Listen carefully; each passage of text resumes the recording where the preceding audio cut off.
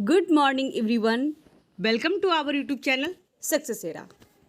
आज है सबसे बड़ा दिन, गुरु पूर्णिमा, और हम अपने सभी गुरुजनों को आज याद करते हैं, उनकी नमन करते हैं, क्योंकि गुरु से बड़ा कोई नहीं और गुरु के का दिया हुआ ज्ञान से बड़ा कोई नहीं। देखते हैं क्या इम्पोर्टेंट है शिक्षक नियोजन से आप सभी के लिए मैं लेकर आई हूँ। इस वीडियो को अंत तक देखिए, बहुत सारे एनालिसिस आप सभी के लिए इसमें इंक्लूड है। मेरे जितने भी शिक्षक साथी का सिलेक्शन हो चुका है उनके लिए भी इम्पॉर्टेंट है, जिनका नहीं हुआ है उनके लिए भी इम्पॉर्टेंट है। सबसे पहले शुरुआत करते हैं, फर्जी सर्टिफिकेट पकड़े जाने पर की जाएगी FIR। We are aware. जी हाँ दोस्तों, हम लोगों के मन में एक डर, एक बात ऐसा बैठ चुका है और इस बदनामी से भी डर लगता है कि बिहार में फर्जी शिक्षक बहाल। ये नाम सुनते कहीं ना कहीं हम भी भयभीत हो जाते हैं। हमारा सब चीज़ सही होने के बाद भी कहीं ना कहीं ये शक के घेरे में आ जाते हैं कि जिस तरह अभी जो काउंसलिंग हो रही है, जहाँ जहाँ की काउंसलिंग कैंसिल की गई है, वहाँ पे कुछ बुरे लोगों के कारण अच्छे अभ्यर्थियों का भी नुकसान हो रहा है, जो कि नहीं होना चाहिए था। और सर इस चीज़ को बड़े पारदर्शिता से बहुत अच्छे तरीके से इस बार की बहाली को करने की कोशिश कर रहे हैं। उन्होंने बार बार कहा, बार बार निर्देश दिया कि बहाली की प्रक्रिया इस प्रोसेस से होनी चाहिए। बहुत सारी जगहों पे निर्देश को फॉलो किया गया और बहुत सारी जगहों पे नहीं किया गया, जिसका नतीजा यह है कि कल एक लेटर इशू हुआ और बहुत सारे इम्पॉर्टेंट इन्फॉर्मेशन FB पेज के माध्यम से, यूट्यूब चैनल हो, लेटर के माध्यम से सर दिए जा रहे हैं।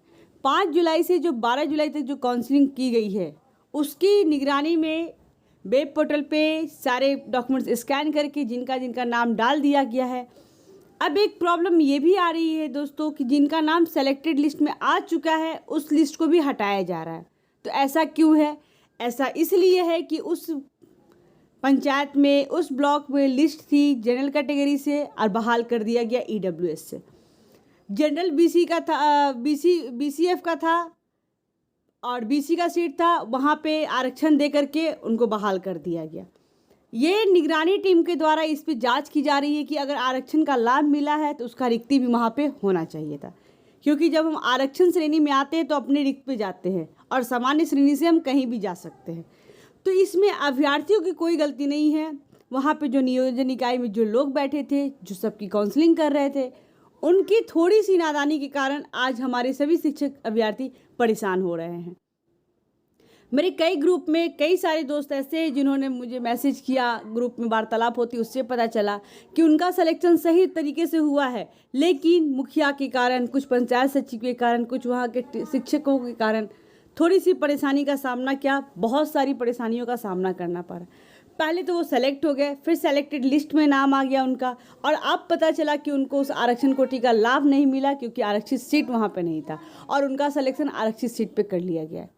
इस सब की जांच प्रक्रिया चल रही है और इस बार हमारे जो शिक्षा मंत्री है, उसके बाद हमारे जो प्राइमरी के हेड है रंजीत कुमार सिंह IAS, उन्होंने शपथ ले रखा है कि इस बार की बहाली पे कोई दाग नहीं लगने देंगे, कोई उंगली नहीं उठने देंगे।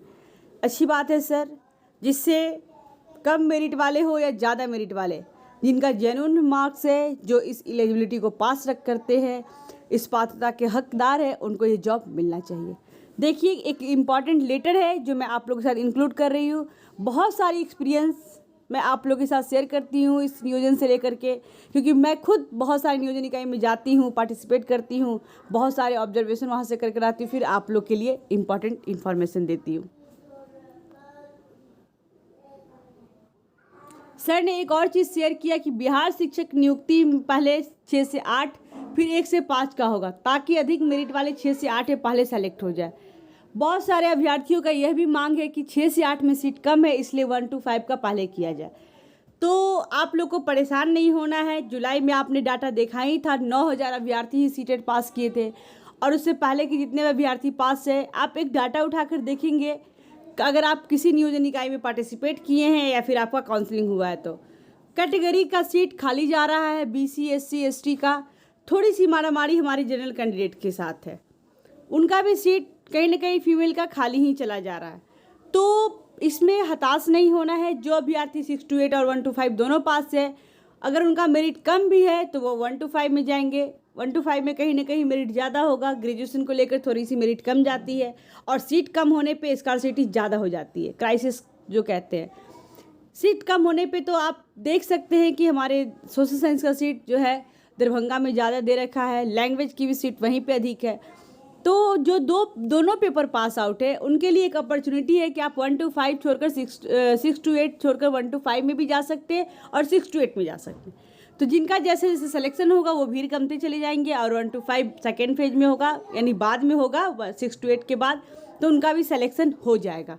इसलिए हतोत्साहित नहीं होना है।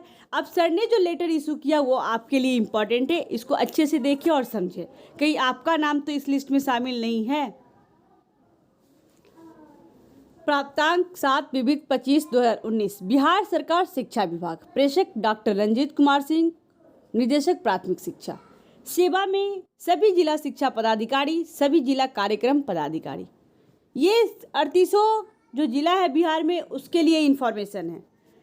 विषय क्या है? राज्य के प्राथमिक विद्यालय में शिक्षक नियोजन की प्रक्रिया के संदर्भ में आयोजित वीडियो कॉन्फ्रेंस में सम्मिलित होने के संबंध में जो नियोजन प्रक्रिया चल रही है और आगे जो होनी है उसके लिए ये सारी चीज़ प्रोसेस हो रही है। देखिए क्या इन्फॉर्मेशन है।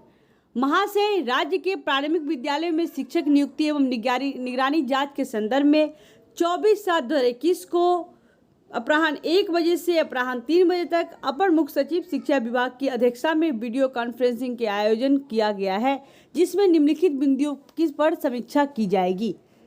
आज यानी आज 1 बजे से 3 बजे तक वीडियो कॉन्फ्रेंस के जरिए जो कमेटी बैठी है, जिसकी ग्रुपिंग मीटिंग है, उसके लिए देखिए क्या क्या इंपॉर्टेंट पॉइंट बनाया गया और इसी पे सर लोग काम करेंगे।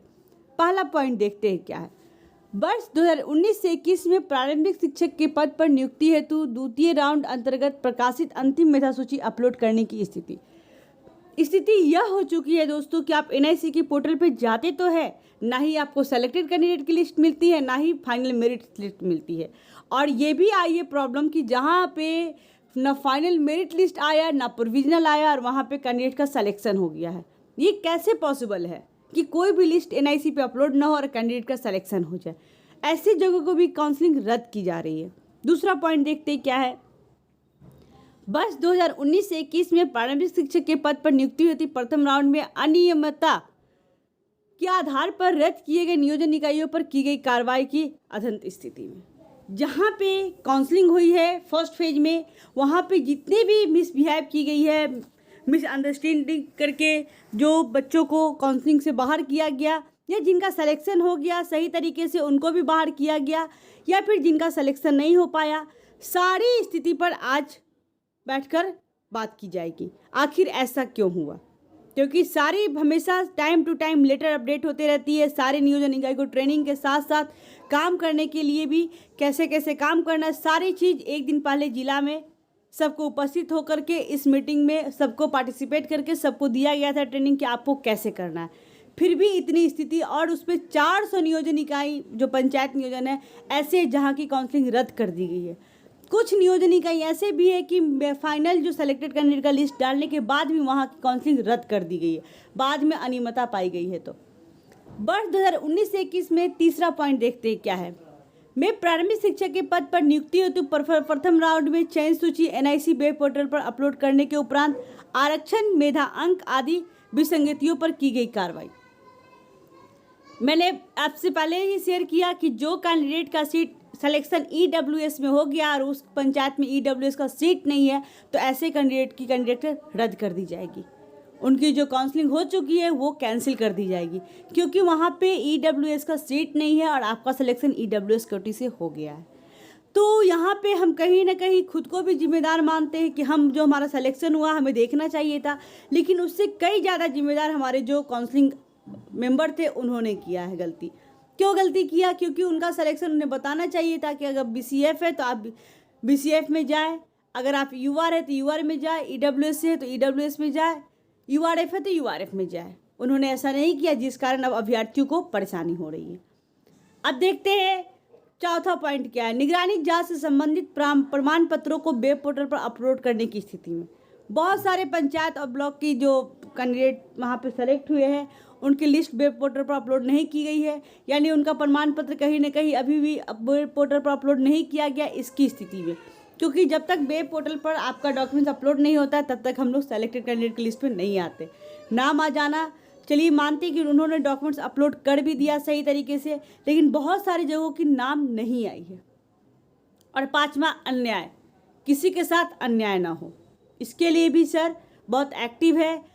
तो सर एक रिक्वेस्ट है कि आप बहुत अच्छे तरीके से इसकी जांच पड़ताल करें, ताकि कभी कोई फ्यूचर में हमारे नाम के साथ फर्जी शिक्षक का नाम न जोड़े, जो अभी तक अपने बिहार में चलता आ रहा है कि फर्जी शिक्षक बहाली, फर्जी शिक्षक। बहुत बुरा लगता है ये चीज़ सुनकर कि हम इतने पढ़ाई लिखाई करने के बाद सेंट्रल एलिजिबिलिटी हो या फिर स्टेट एलिजिबिलिटी हो, सबको पास करते हैं और उसके बाद क्या कहलाते हैं, फर्जी शिक्षक। इसलिए इस नाम को जड़ से मिटाएं और सही तरीके से सभी शिक्षक को बहाल करें जो इस योग्य है। अतः अनुरोध है कि उक्त निर्धारित वीडियो कॉन्फ्रेंस में संगत सूचनाओं के साथ स्वयं की उपस्थिति सुनिश्चित की जाए। ये 38 जिला के जो हमारे जो सभी जिला शिक्षा पदाधिकारी है और सभी जिला कार्यक्रम पदाधिकारी है, उनको आज 1 बजे से 3 बजे तक अपडेट करना है सारी इन्फॉर्मेशन। और उसके बाद जो अपडेट आएगी दोस्तों आप सभी के लिए बहुत ही इंपॉर्टेंट होगी। मैं हमेशा कोशिश करती हूँ कि ऐसी इन्फॉर्मेशन लेकर आओ जो आप सभी के लिए इम्पॉर्टेंट हो और आपके हक में हो। तो आज देखते हैं 1 बजे से 3 बजे के बीच में क्या अपडेट आती है, तो मैं आप लोग के लिए लेकर आऊँगी, आप लोग इंतज़ार करेंगे। अगर इस चैनल पर नए हैं तो इसे सब्सक्राइब कर ले, लाइक कर ले और शेयर करना बिल्कुल ना भूले। Thanks for watching this video. Thank you दोस्तों।